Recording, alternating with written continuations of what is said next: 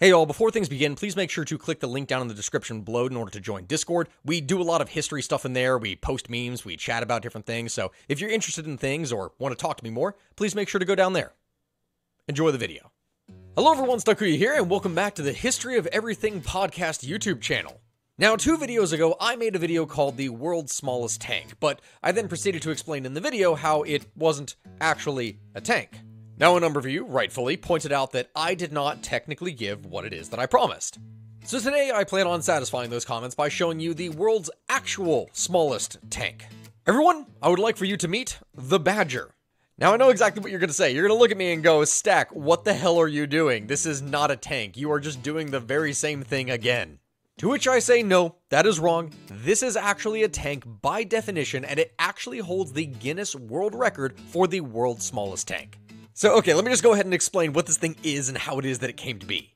So in the middle of the 2000s, you got this American company called How & How Technology. This company joined another of other companies who were trying to develop a new type of vehicle for special forces.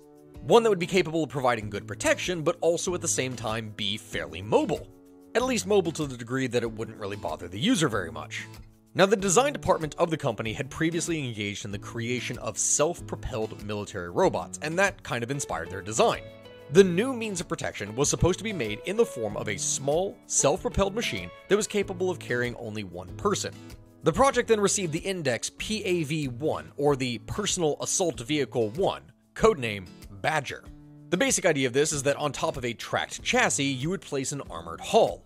In the back of the vehicle, directly behind the driver, you would have a compact diesel engine, something that was capable of around 25 horsepower.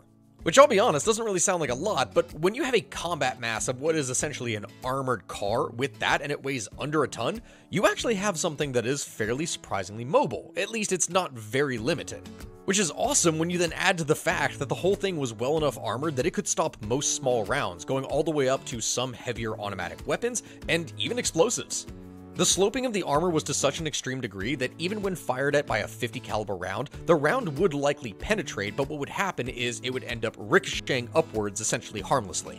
And as for its weapons, well, technically there are none, but that really does depend on who is using it and for what purpose. You see, the weapon for the Badger could be mounted on a remote-controlled turret that would be on the roof of the hull, or on a special mounting device on the front plate. Thus, the Badger machine could be equipped with any necessary weapons or special equipment that was required to perform a specific task. This could be any form of small arms, non-lethal weapons, lighting systems, etc.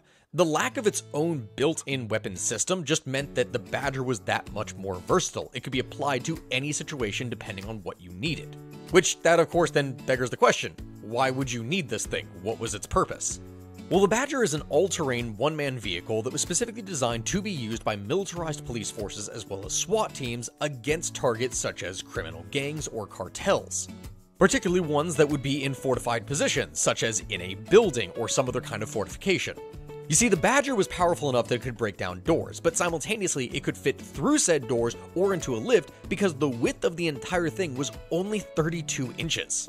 I want you to imagine this like a movie. Some cartel in Miami is operating a drug den out of the 40th floor of a penthouse suite. Armed guards are then standing next to the elevator to verify the identity of anyone that could potentially come in. When all of a sudden, they hear a ding. The door opens, they turn around, and this thing comes out roaring, guns blazing, mowing down everything in its path and breaking through every single obstacle. Like, that is an insane scenario to think about, and it really fits like a movie, but the funny part is we don't really have combat data to go off of with this thing. Due to its rather original appearance and very specific niche target, we don't really have any data from it because any batches that were sold at once to small-time customers who then promptly did not use it for public display. You don't want to necessarily give people the opportunity to be able to identify the things and find their weaknesses. So while there's a lot of promotional videos for it, there isn't necessarily anything else for us to really go off of. Now, a number of you are probably going to argue with me saying, hey, Stack, no, this isn't a tank. This is more like an armored personnel carrier, an APC. But it's not. You see, an APC's primary purpose is to carry personnel, to protect them with armor. This is specifically an attack vehicle, designed specifically to be used for combat situations. A tank, by its most simple definition, is an enclosed armed and armored combat vehicle that moves on tracks, which this fits the definition of. Now, specific definitions are going to be argued, with some people saying that because it doesn't have a integrated weapon system, that this means that it's not a tank. But you have to understand, we are in the day and age of combat drones. So I would look at this thing and I would make the argument that this is just an evolution of tanks. This is the next step, something that is far more autonomous than it otherwise would. Who knows? Perhaps one day in the future, we're going to be seeing even smaller tanks that don't even have people. It's just a gun. It's an RC car with a gun. But all of that being said, I do hope that you enjoyed today's video. Please let me know down in the comments below what it is that I should cover next. I'm always looking for suggestions, as that is what I go and make my videos based off of. Thank you very much for watching, and I do hope you have a good rest of your day. Make sure to check out the podcast, support everything down below with the links, and I'll see you all next time. Bye, guys.